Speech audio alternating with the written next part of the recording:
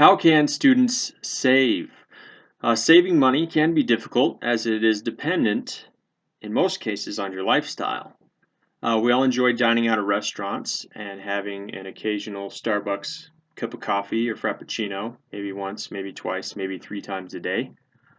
And we like having the latest and greatest in technology and entertainment. Um, but certain aspects of our lifestyle can be expensive, which can create conflicts for those of us who are students. Uh, as furthering your education can be a full-time affair, affording to pay for certain things can prove to be difficult. Through education and proper management of finances, saving money can be easy as long as one is comfortable with making certain adjustments to spending habits and lifestyle. To be a successful saver, as a student, one must put forth the effort to spend wisely in both your school and your social life. One of the first costs we incur as students is the cost of tuition, which can be pretty high depending on the university or college. Uh, and universities and college use a system of tuition for credit hours where there are in-state fees and there's also an out-of-state tuition fee. Here at Casper College, the in-state tuition fee is $110 per credit hour, but for an out-of-state student, per credit hour is $276, which is over 2.5 times the cost of being an in-state student. So it's recommended that if you are going to go to college, you want to go somewhere in-state, and if you have your heart set on going out of state, it may be a good idea to wait a year, get your residency, and pay the in-state tuition, or get your residency as soon as possible. For example, for one semester, about 12 credit hours, the difference in tuition is $2,000, which that's quite a bit of money. Also, through school, you will incur the cost of textbooks. School bookstores are, for the most part, overpriced when it comes to textbooks, and it's recommended you actually don't buy new books because they are a very high cost. It's recommended instead that if you can, you buy used books, or you even rent them where you return them at the end of the semester. And the cost of that is much, much cheaper than buying a new textbook. Plus, if you do rent, you don't have to incur the cost of trying to sell it later. But if you do want to keep it, you can always keep it at the end of the semester. You can also buy ebooks online where you just have the rights to the book as far as an electronic media, and you can store it in a online file or digitally on an iPad or a Kindle, something like that.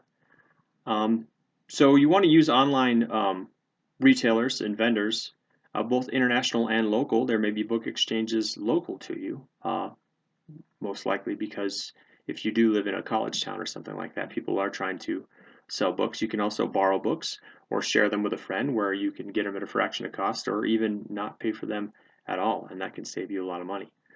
As far as getting around to school, your transportation costs can be a big cost.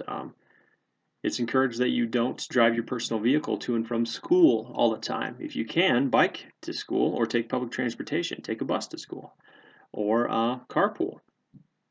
The cost of car insurance and fuel can add up quite a bit.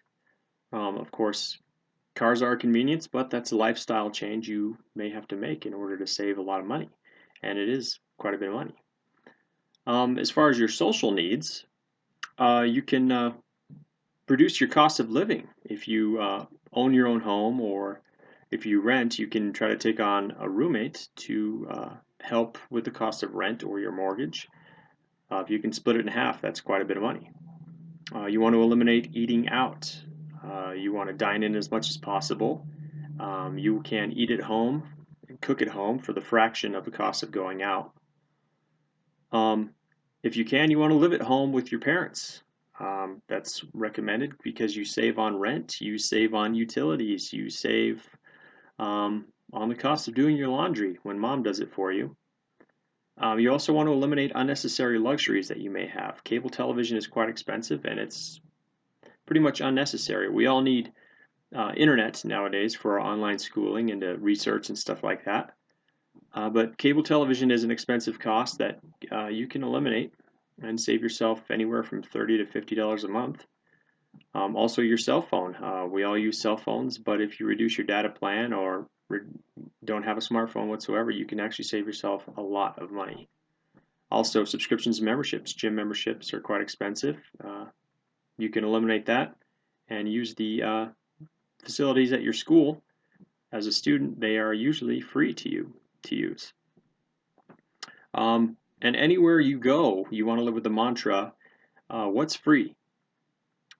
Student discounts are everywhere. You want to take advantage of them both online and locally.